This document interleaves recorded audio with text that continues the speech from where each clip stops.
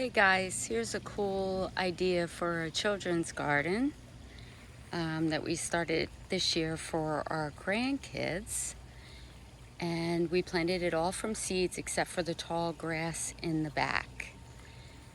And we kind of incorporated it into our Tipsy Pop planter, which is over here, which is buried in Nasturtiums.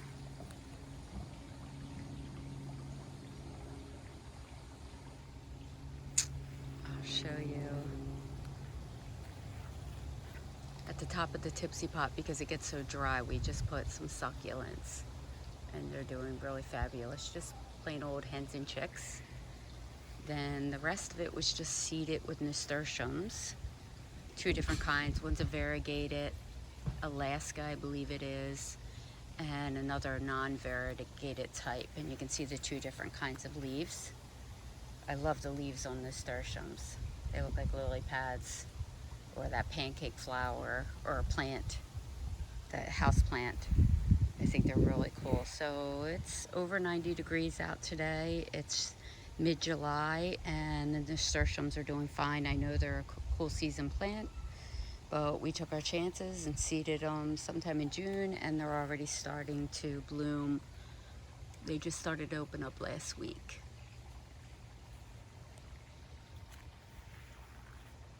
So in here we did a mixture of nasturtiums up front, and then the rest are, we have a mixture of just a zinnia mix and two different types of sunflower. One grows 5 to 6 feet and the other grows 20 inches. They haven't started to open up yet. It's a little too soon. We planted this, I believe, at the end of the first week of June, this whole garden. That's our first full flower to open up. It's really beautiful. And we're getting some buds down here. So I suspect that this should really start to look pretty really soon. Right now it's just green and lush looking. We made the teepee with our grandson, who's 2.5 now. And the poles we used are the sunflowers, the full-size mammoth sunflower from our sunflowers last year.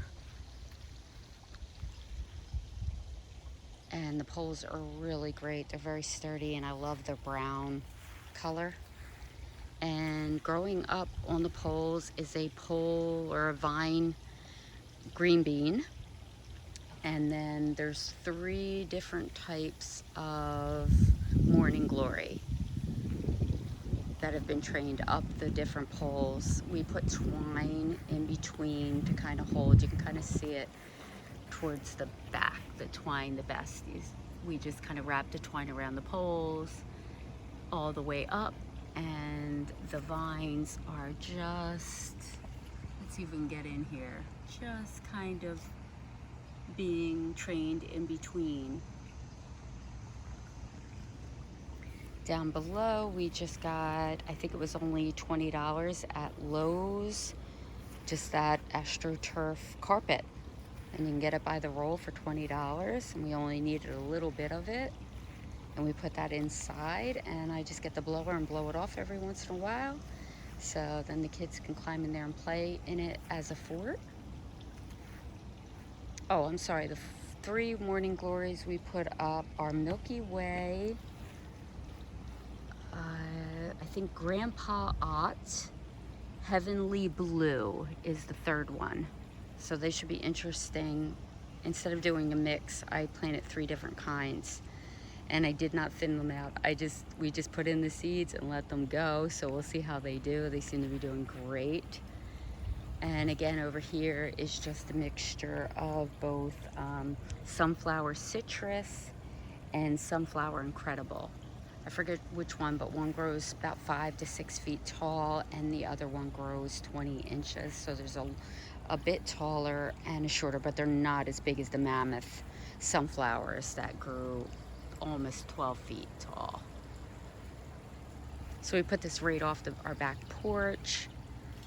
And then we just, to keep the kids from going into it, we just put some rebar and just some twine around, which during yesterday's tropical storm helped hold the plants from flopping over, which was great. So it worked out great. So this is a very inexpensive way to make a really cool children's garden. In another couple weeks, I think it's going to be extremely cheerful with the sunflowers, the bright sunflowers, the zinnias, and of course the morning glories opening up, you know, until about 1 or 2 p.m. each morning, which will be really cool. And then we'll have the green beans to eat. And of course we can eat the nasturtiums. We have some bug activity, but that's just our garden. We don't spray, so we do have some insect activity. Well, a lot of insect activity. But for the most part, we have so many plants that it still looks good. So I think that's the key. If you don't want to spray and you want to go mainly organic, plant a lot of things. And then that way, if you have heavy insect pressure, it kind of will not be as noticeable. Okay, so I wanted to share with you what we did and how inexpensive it was, just the cost of 5 to 6 packets of seeds. And again, the poles were free because we used our sunflowers from last year and we just dried them out and kept them behind our shed all winter and pulled them out and created the structure. So that's what it looks like. I'm really thrilled with it, how it turned out and how everything's growing, and the kids love it. So thanks for watching.